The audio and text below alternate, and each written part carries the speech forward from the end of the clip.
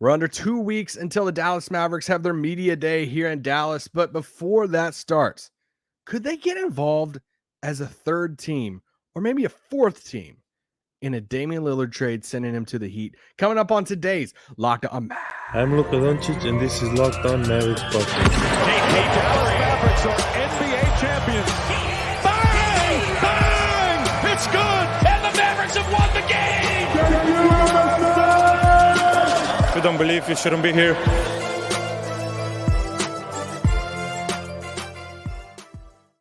Welcome to Locked On Mavs. It's one of your co-hosts, Isaac Harris, contributor to Mavs.com, Studio 41 in the corner 3. And today, I'm riding solo. You know what? Nick abandoned me. I shouldn't say it. He ducked me. All right. He ducked me because y'all know he's a Bengals fan in the NFL. I'm a Baltimore Ravens fan. And I wouldn't show my face either, you know? No, it was a close game, but the Ravens won. I was looking forward to the pod, but he couldn't be on tonight. This episode is brought to you by FanDuel Sportsbook, official sportsbook of Locked On. Make every moment more right now. New customers get $5 and get $200 in bonus bets guaranteed. Visit FanDuel.com/LockedOn to get started. If you're listening or watching on YouTube, guys, the comment below today. Do you want Tyler Herro on the Mavs? Who would you rather have, Tyler Herro or Tim Hardaway Jr.? There you go. That's your comment today on YouTube. And as always, you can subscribe to our subtext. You can help us out there. Guys, Nick's been doing these like film breakdowns on subtext. We answer questions when the season starts. There's going to be Q&A stuff from in the arena and all that stuff. So you can click the link in the description, subscribe on subtext today. Speaking of today, what are we going to talk about? What are we going to hang out and talk about today? I kind of want to talk about this Damian Lillard stuff again. You know, we kind of like, we all talked about it when the trade request happened. It's like, all right, cool. Is this going to happen? All right. No, it's not going to happen. And then we like tucked it away, but we didn't like throw it away. We like put it in the back pocket. And you're like, all right, we're going to use this at some point. And now we've all brought it back out of the back pocket and saying, all right, now here comes all the regurgitation of all the takes, all the opinions about it, some new reporting.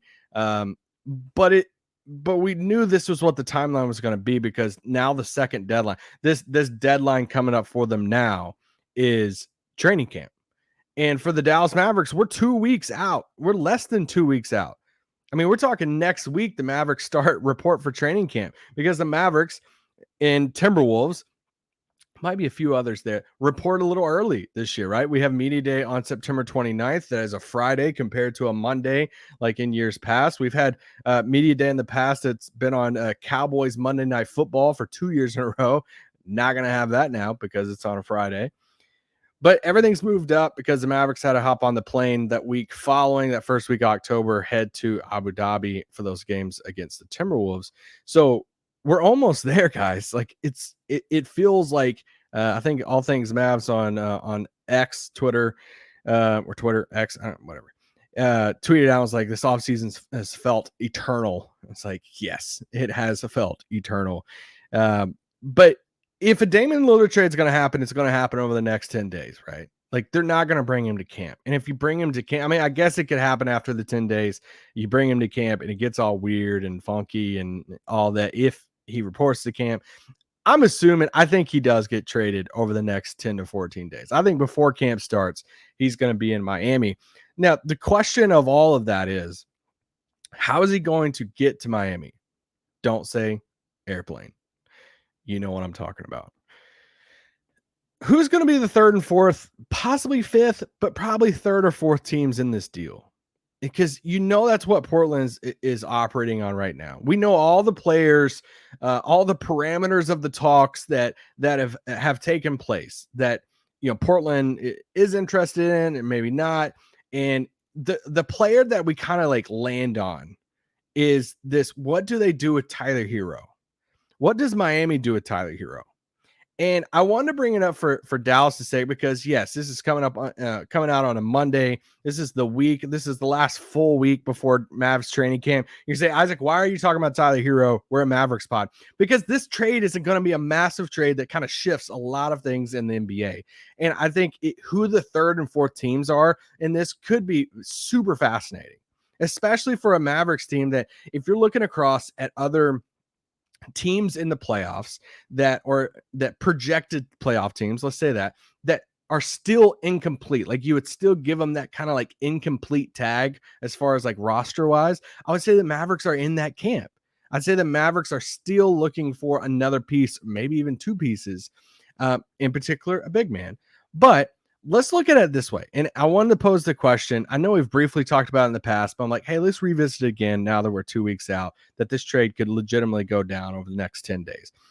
If you're Mavson, you're listening to this podcast, is there any bone of your body that would want Tyler Herro on this team? Because here's my thing with Tyler Herro. I thought when he comes out of Kentucky, I'm from Kentucky. I watched a decent amount of Kentucky games just because, we all have those like annoying friends back home that just love their school like so unconditionally.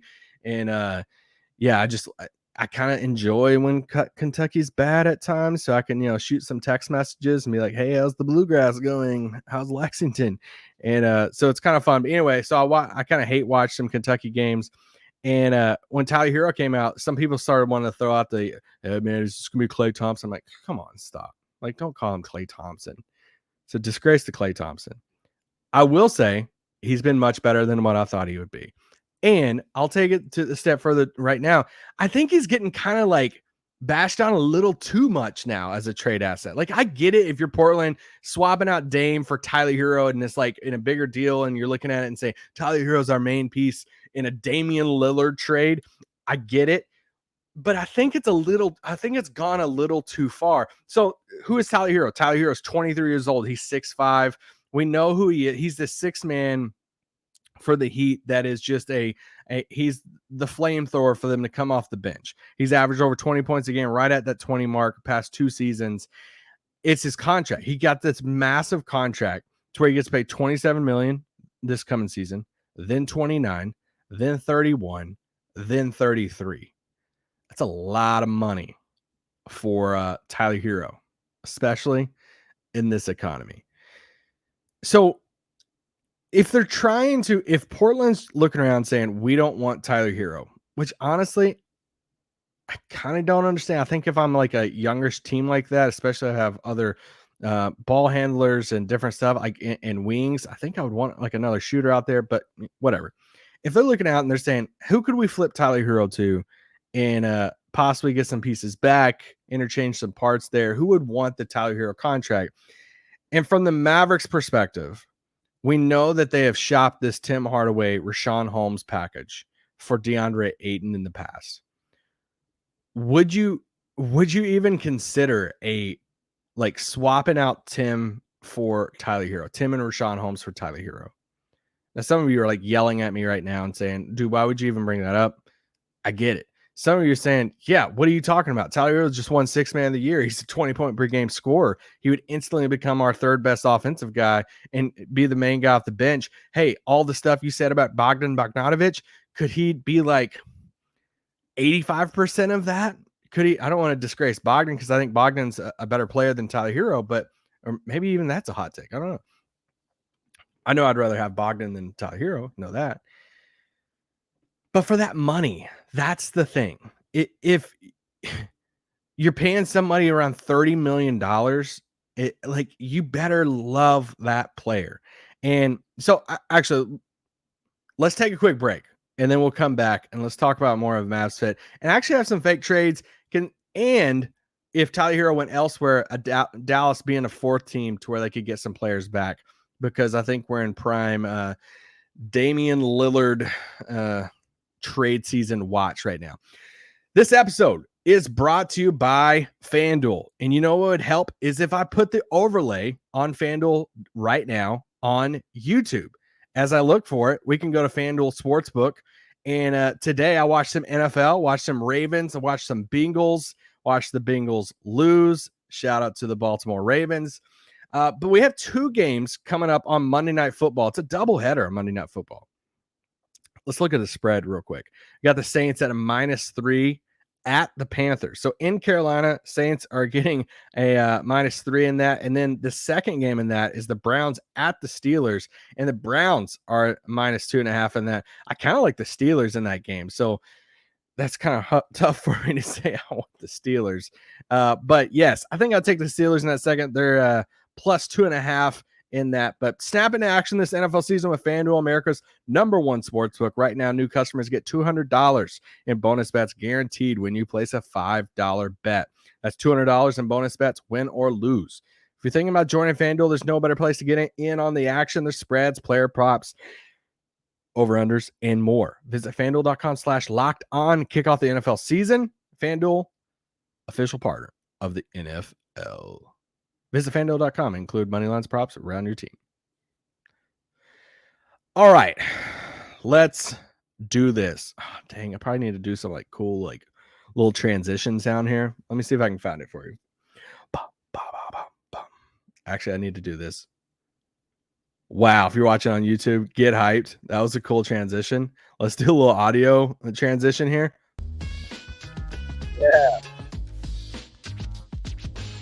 That's a lot better. You know, we're working a full, studio over here. This is looking good right now. All right.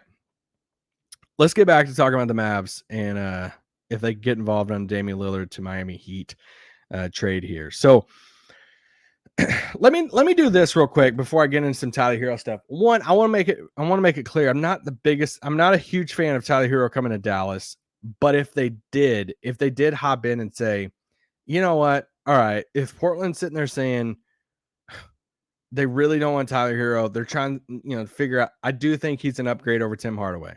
There you go. So that's just a lot of money. That would just make me sick to my stomach. Let me do it this way.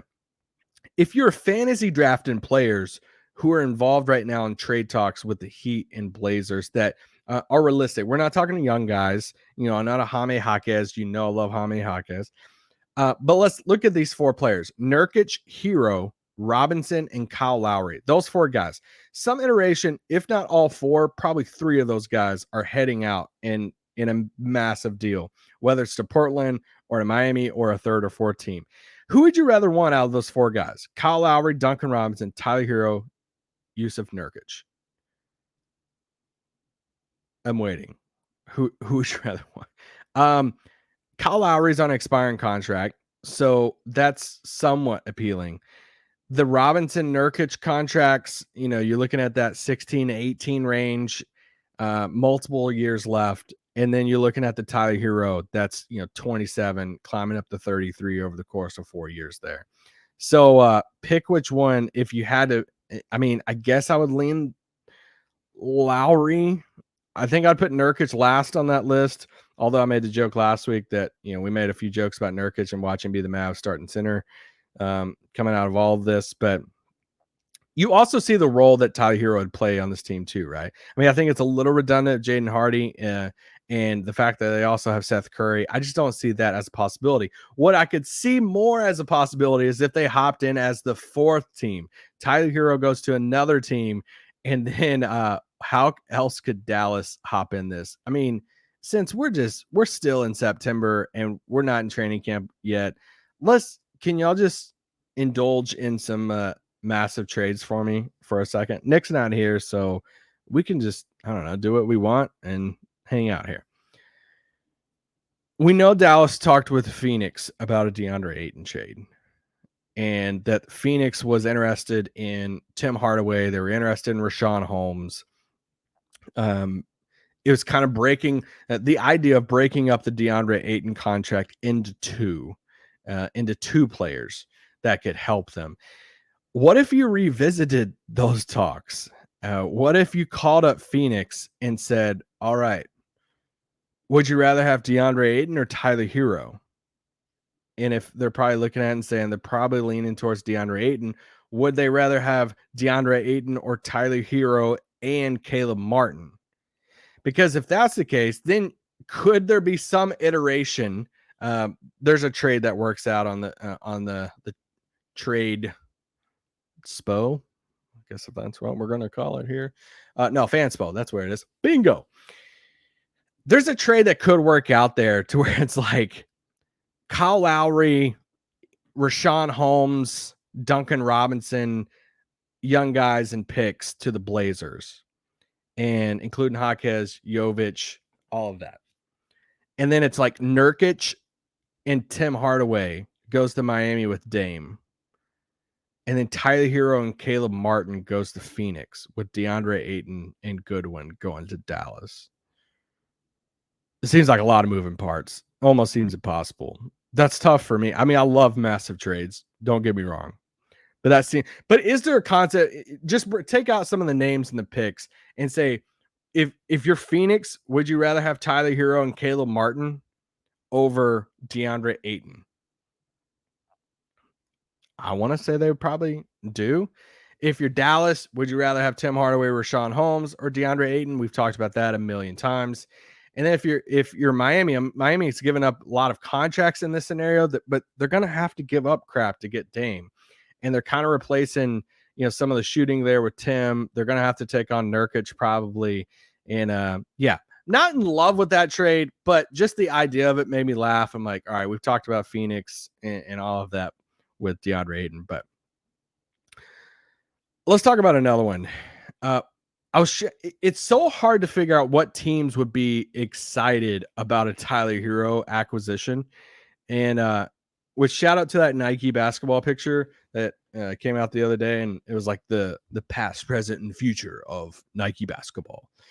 And a lot of cool people in that picture, including Dirk, including Jason Kidd, just a lot of people. I mean, Wemby from Ja and Chet, but other like retired players and stuff too. And Tyler Herro's in the middle there, and Tyler Herro's fashion in Dallas would I don't know, that would get a blog started in itself right there. But trying to find a team out there, like Brooklyn has been connected to liking Tyler Herro, but I don't know. I mean, unless you want to do like a Dorian, God, that would be awesome. Unless you want to do like a Dorian Finney-Smith, Royce O'Neal, something else comes back to Dallas. But at that point, would you rather have Tim Hardaway Jr. and Rashawn Holmes or Dorian, Royce O'Neal, and like other contract? Some people might feel really strong about that. I don't really feel strong. I mean, I would take probably in the Nets side of that just for the defense and more bodies on the wing. And, obviously I'd love Dorian Finney-Smith back in Dallas. But like, what if they revisited the talks with Detroit? Is there something there to where like Tyler Herro goes to Detroit, Bojan and Bagley comes to Dallas, and then there's other moving pieces with the Portland, Miami part? Probably not. If that's the case, I'm saying I got one other massive trade here. I guess we can talk about it before the third break, but if we use the same concept of kind of like the Phoenix thing and another team out there as the fourth team, would Boston consider it at all? Like if you're Boston, I think Boston would say no to this, but like if you're Boston, would you rather have Tyler Herro or Brogdon and Rob Williams? Now, some people's listening and saying, dude, you're an idiot. Like you're talking about the Mavs, and are you serious? Like Brogdon and Rob Williams, of course they'd rather have them over the Herro. I think they would too, but like you could actually see it a little bit on paper. If they wanted a little bit more scoring, there's some different stuff out there about Brogdon being unhappy about the trade talks and him almost going to the Clippers and all of this different stuff. To where they brought in KP to the big man rotation, so they have Porzingis, Rob Williams, Horford. Not exactly the most healthy front line in the world, but you could kind of see a world in which a Tyler Herro could fit on that team as like the flamethrower six man, as if it's Horford, KP, both Brown and Tatum on the wings, Derek White starting, Herro coming off the bench, type of thing, giving them instant offense there. I don't think they do it, but man, if they were interested in it and you're Dallas, if there was a way to swap out Tim Hardaway and Rashawn Holmes for Malcolm Brogdon and Rob Williams, that would be pretty good in my opinion. So do that, Nico. because that's how trades work, just podcasters, bloggers out there just coming up with fake trades on the interwebs and just saying do it. And if you don't do it, then we just hold it against you and be like, hey, you could have went and got this player. What do y'all think about that? Too dumb, too out of left field. I know I threw out some trades the other day and somebody tweeted at me and said, hey, that was the best trade I've heard in a long time. I don't know what trade you were talking about, whoever tweeted at me, because you didn't say who it was. But yeah, thanks. I appreciate that. It means a lot. Last thing on trade stuff before the third segment, to where I'm just going to talk about a bunch of random stuff, including Markieff Morris and Luka's next contract. James Harden got a few DMs, a few questions asking, hey, with a Dallas entertain, what about James Harden in Dallas? All I got to say to that is, let me think about it for a second. No. All right. Let's take a quick break, and then we'll be back to talk about a bunch of random stuff with the Mavs, Markieff Morris, Luka's next contract, and a new little mini segment called Socialz with Kai coming up next.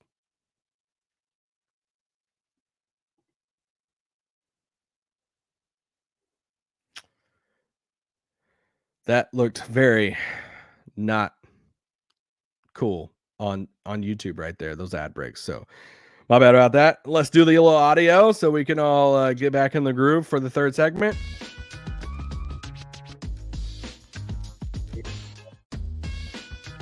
Double play. Some people love that I kind of lean into the non-produced stuff. Some people get really mad about it and want to tell me how bad I suck at it. And they're like, bring Nick back. I'm like, guys, I kind of lean into it a little bit just for the fun of it. But you know what?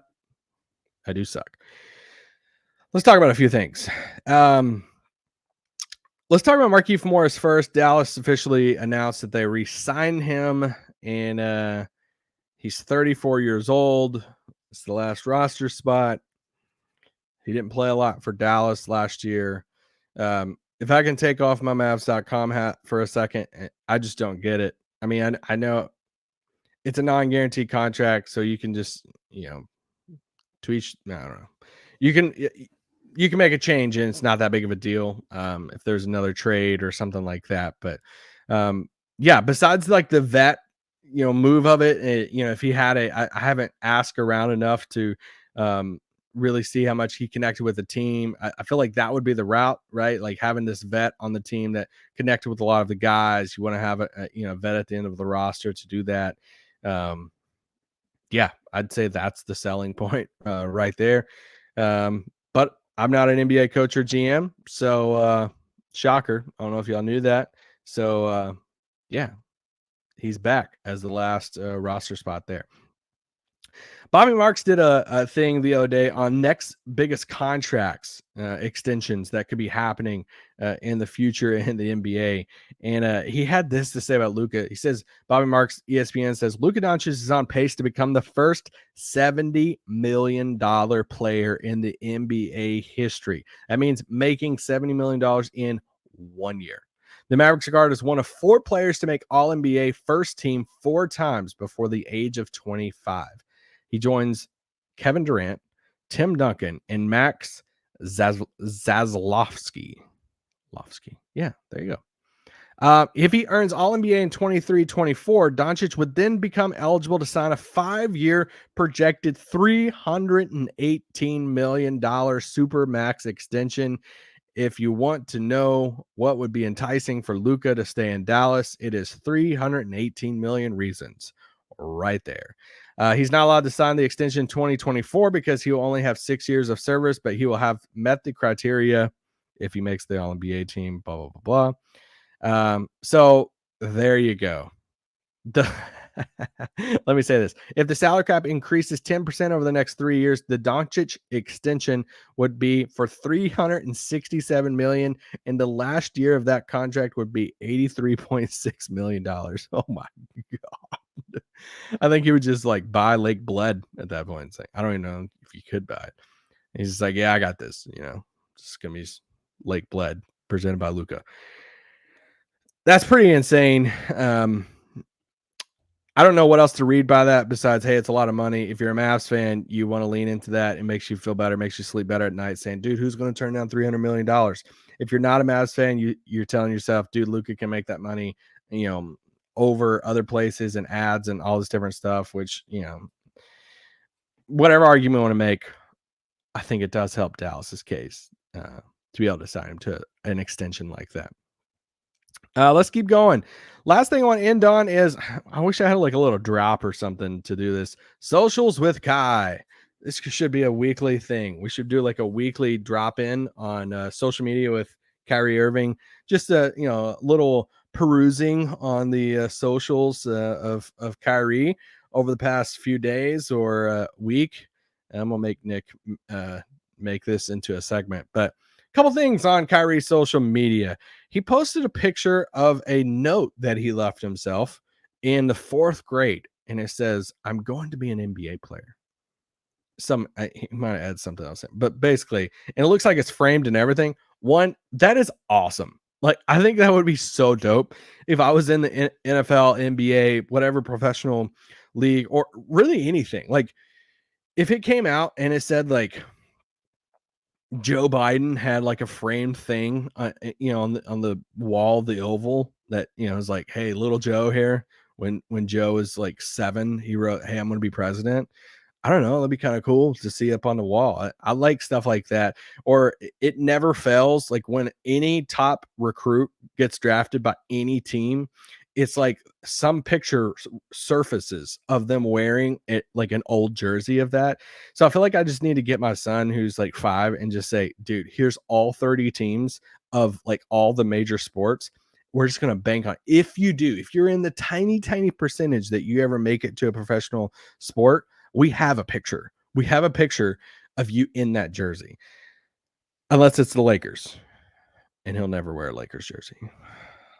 Sorry, guys. Continuing on in our Socials with Kai segment here. He had a nice little Twitter interaction the other day, and to where he stepped in and was like, hold up, guys. Let's calm down. He stepped into the Stephen A. Smith, Terrell Owens Twitter scuffle argument happening. Terrell Owens, if you're an international listener, you don't follow American football. He is a legend. I say an all-time wide receiver, and he's in the media a little bit here. Actually, I don't even think he is in the media really, but he's done some interviews, different stuff, and and him and Stephen A, man, just going back and forth on Twitter. Kyrie steps in and is like, "Hey guys, why don't y'all cut it out? Can y'all chill out here? And can you just call each other like real men instead of doing this on social media? Y'all want to know who the leader for the Mavericks is going to be next year? Kyrie Irving. Because if he can step in on Twitter to a feud between T.O. and Stephen A., he could step in to any feud with the Mavericks. Because that's what leaders do. They say, hey, you need to work this out man to man, face to face, or over a phone call, not on Twitter." And Stephen A responded well. I was like, you know what? You're right. I need to do this. So maybe they worked it out, and it's because Kyrie Irving. And that's your segment. Socials with Kai. I'm sure there's more.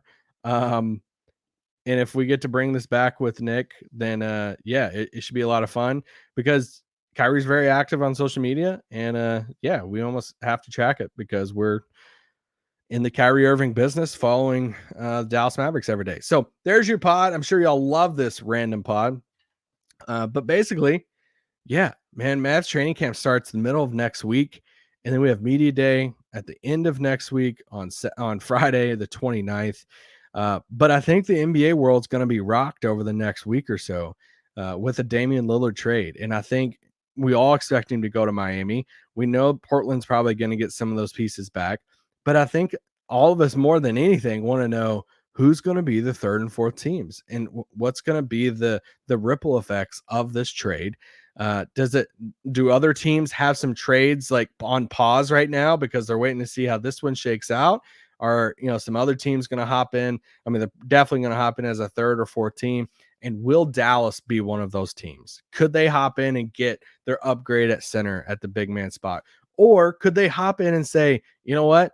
We might not need this exact type of player, but man, it's a talent that we could buy low on and say, we're in the talent business and we want to upgrade our roster no matter the spot. So if we can hop in and do that and snag this player as a third or fourth team in the deal, then they might do that. So y'all know we're here every single day of the week, Locked On Mavs every day, and we'll be back tomorrow talking about who knows what. But Nick will be back, and I'll be sure to ask him about Joe Burrow and those Cincinnati Bengals.